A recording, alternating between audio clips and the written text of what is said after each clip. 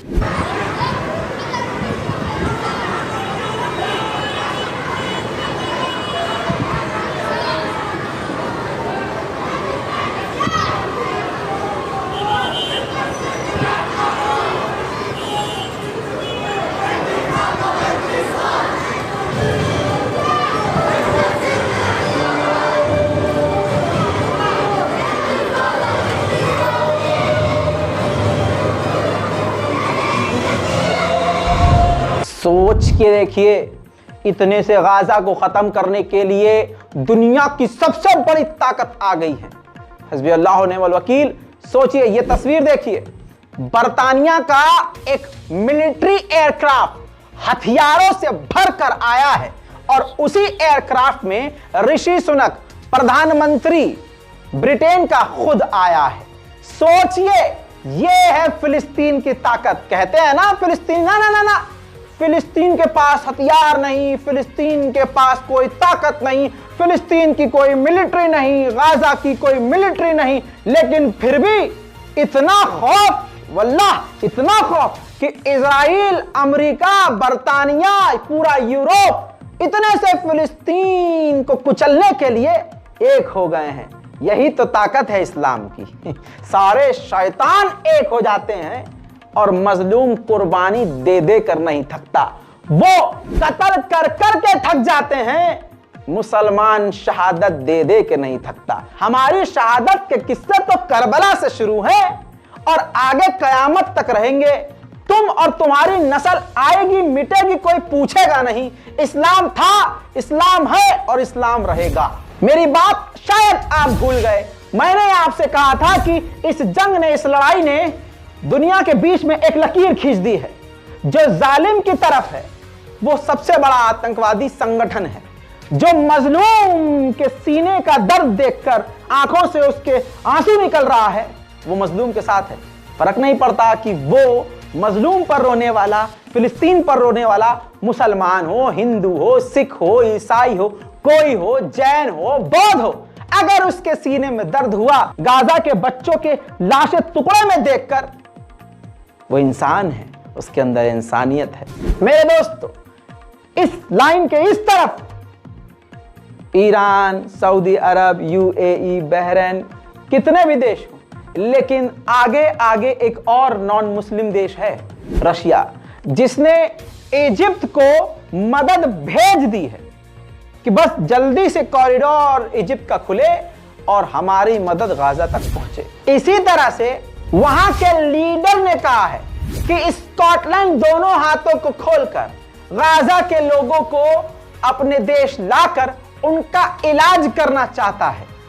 हम हर तरह से गाजा की मदद और गाजा के घायल लोगों का इलाज करना चाहते हैं।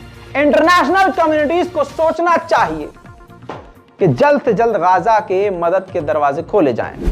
Scotland is willing to be the first country in the UK to offer safety and sanctuary to those who are caught up in these terrible attacks.